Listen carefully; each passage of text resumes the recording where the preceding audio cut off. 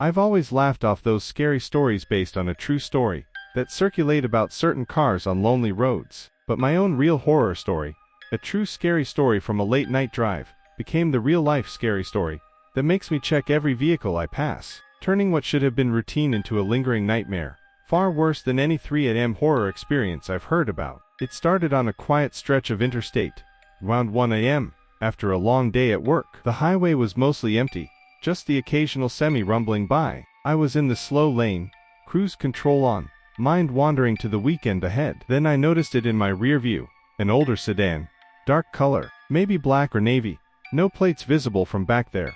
Wait, actually, the front plate was missing too when it got closer. It hung back at first, matching my speed perfectly. I thought nothing of it. People drive slow sometimes. But after a few miles, it edged closer, high beams flicking on briefly, then off, like testing if I'd react. I didn't speed up or slow down, just kept steady. The car stayed glued to my tail for another exit or two, then suddenly pulled alongside in the passing lane. I glanced over, driver's window down, a man in a hoodie, face shadowed, staring straight at me. No expression, just watching. He held up a phone, screen lit, like recording or showing something. Then he pointed forward, mouthing words I couldn't make out. I looked away, accelerated a bit. He matched me again, staying parallel. My heart started racing. I signaled right, moved back to slow lane. He cut in front, brake lights flashing, not hard, just pulsing, like signaling me to follow. I didn't. I slowed further, creating distance. He slowed too, forcing me to either pass or stay behind. I passed. As I did,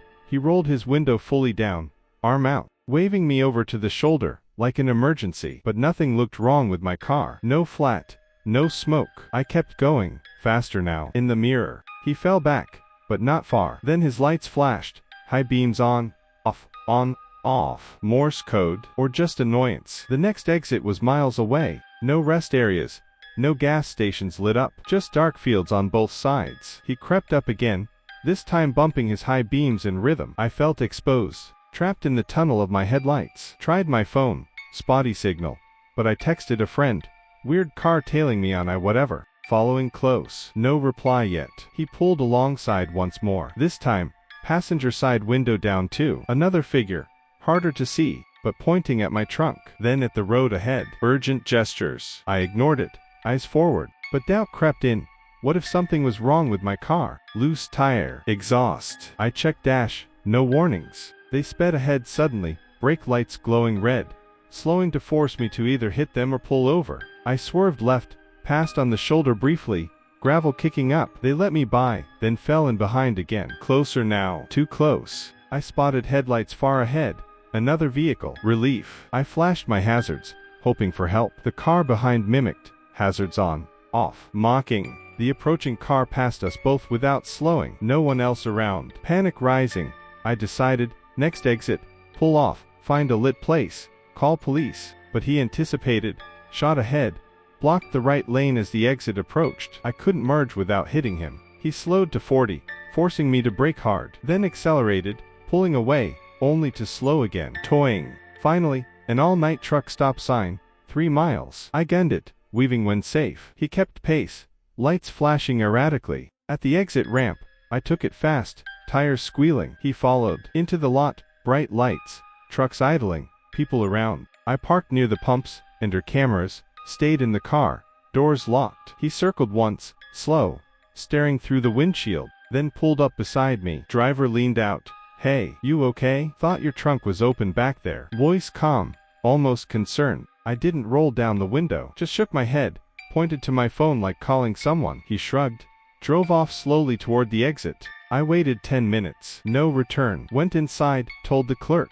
He shrugged, people act weird at night. But later, checking my car, no trunk issue, nothing wrong. I drove home cautious, checking mirrors every few seconds. A couple weeks after, scrolling local news, I saw it, alert about a dark sedan, no plates, involved in attempted abductions on that highway stretch. They'd pose as helpful drivers, signal issues with victims' cars, trunk open, tire flat, lure them to stop. One victim described the same car, same gestures. Police had dashcam stills, the sedan matching exactly. The twist landed harder when I remembered the passenger pointing at my trunk. I popped it open the next day to check.